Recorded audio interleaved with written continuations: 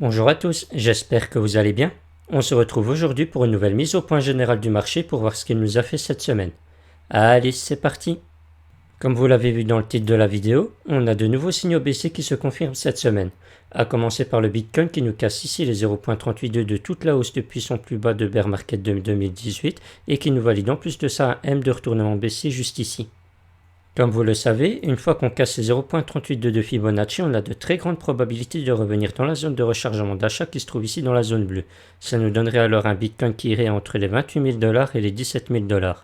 Le truc, c'est qu'on sait bien aussi que chaque bear market ne va pas visiter les précédents ATH de cycle. On sait bien que le précédent ATH était aux alentours de 20 000 $, donc on devrait s'arrêter au-dessus de ces 20 000 $. Donc en fait, on devrait plutôt borner entre les 28 000 $ et juste au-dessus des 20 000 $. La dernière fois que nous avions cassé 0.382 de toute la hausse, c'était lors du crash du mois de mai 2021. On avait bien ici un M de retournement baissier qui avait bien cassé 0.32 de toute la hausse et nous avions également validé une divergence baissière hebdomadaire en passant dans le négatif ici. Après, on voit bien que le cours s'arrêtait juste au-dessus de la zone de rechargement d'achat de Fibonacci. Ce sont des choses qui arrivent, mais c'est quand même assez rare. Du coup, justement, cette fois-ci, on a encore plus de probabilité d'aller visiter justement cette zone bleue, puisque la première fois a été infructueuse, alors que c'est pourtant la zone privilégiée quand on casse les 0.32 de Fibonacci. En plus de ça, cette fois-ci, on est bien sous l'impulsion d'une double divergence hebdomadaire depuis qu'on est passé dans le négatif ici, et on a pareil un M de retournement baissier qui a bien été validé, donc il y a vraiment très peu de chances qu'on y échappe cette fois-ci. Pour ce qui est de l'Ethereum, il nous valide ici un M de retournement baissier en cassant bien ce niveau juste ici, chose qu'il n'avait pas fait lors du crash du mois de mai où on était sur un V-top. Depuis, on peut remarquer qu'on est aussi au-dessus des 0.382 alors que pour le Bitcoin, on l'a bien cassé. Mais à mon avis, ça ne saurait tarder puisque comme on peut le voir, on est en train de le titiller. Et si le Bitcoin l'a bien cassé, il n'y a pas vraiment beaucoup de raisons que l'Ethereum y échappe alors qu'il est vraiment tout proche.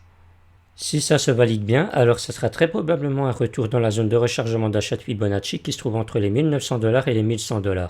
Et comme pour le Bitcoin, il y a très peu de probabilité qu'on touche les précédents ATH qui étaient ici aux 1400 $, donc on devrait plutôt osciller entre les 1400 $ et les 1900 $.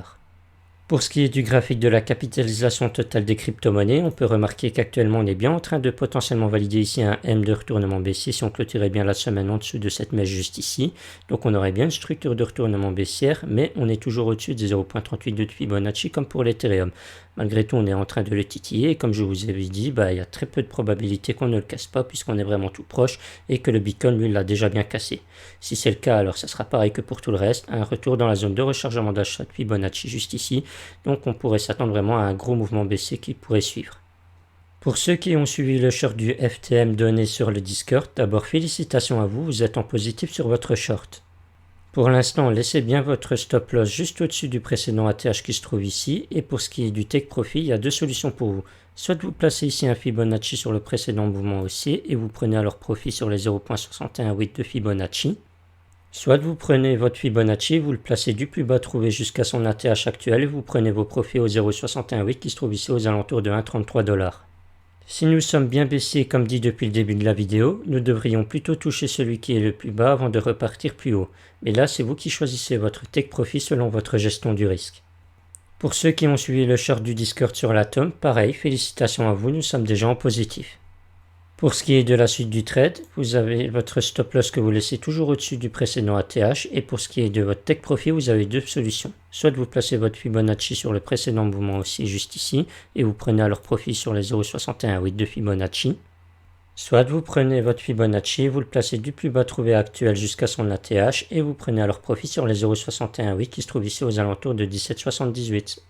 Encore une fois, on va privilégier le take profit le plus bas vu la conjoncture actuelle, mais là c'est encore à vous de voir avec votre gestion du risque.